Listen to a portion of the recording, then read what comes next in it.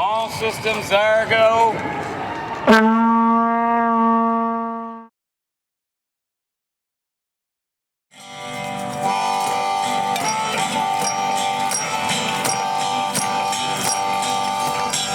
How many roads must a man walk down before you call him man? The answer, my friend, is blowing in the wind. Answer is blowing in the wind.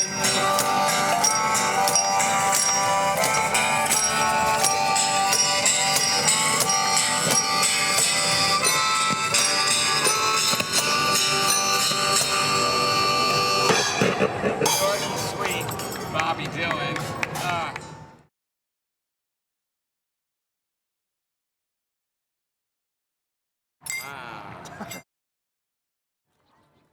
I first met Daniel at the Boston Public Gardens.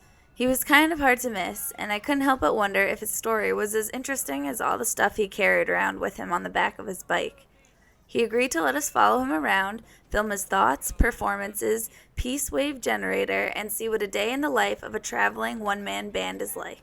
How did I get into this? I was a graduate student in biology at the University of Texas in Austin, and a professor of mine discovered a plant growth hormone that makes plants grow, and they grow so fast if you concentrate it that they grow themselves to death. So the U.S.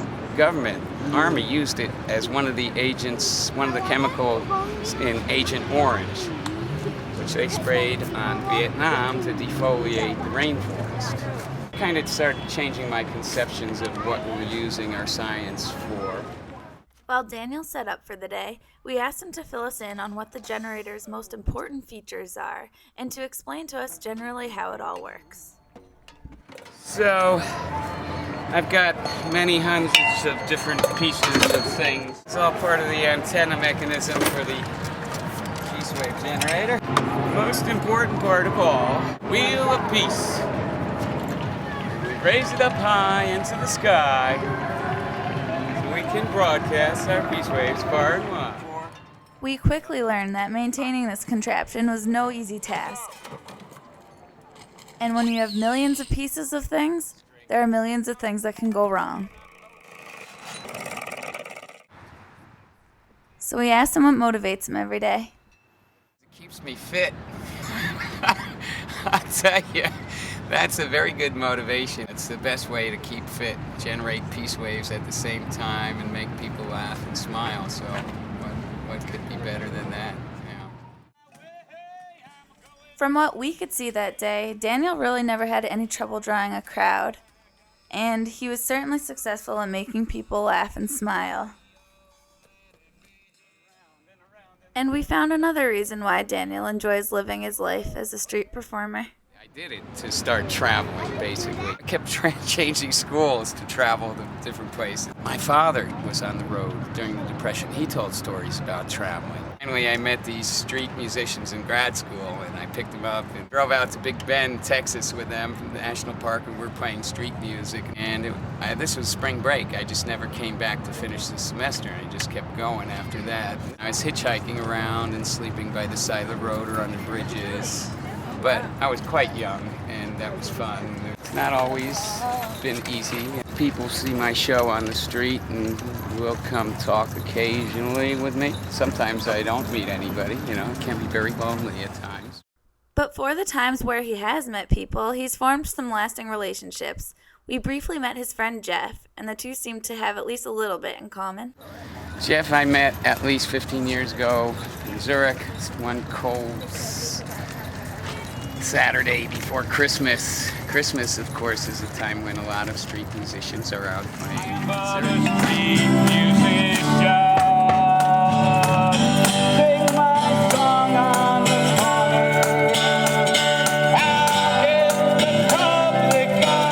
It was going to circuit around Europe, Denmark, Norway, Switzerland for a while, Germany. In the winter, head south, Spain, or Italy, or Greece. Daniel wasn't always a one-man band. In fact, he opened up to us about a close partner that he had for a long time.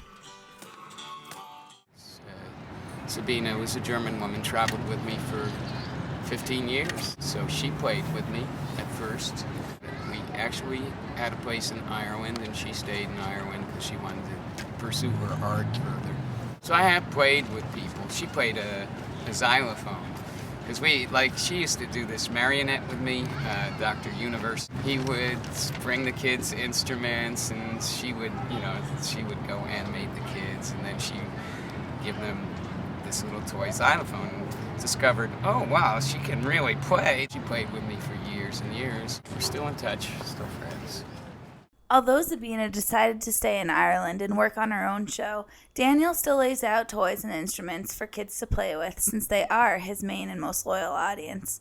We asked him about the largest group of people he's ever performed for.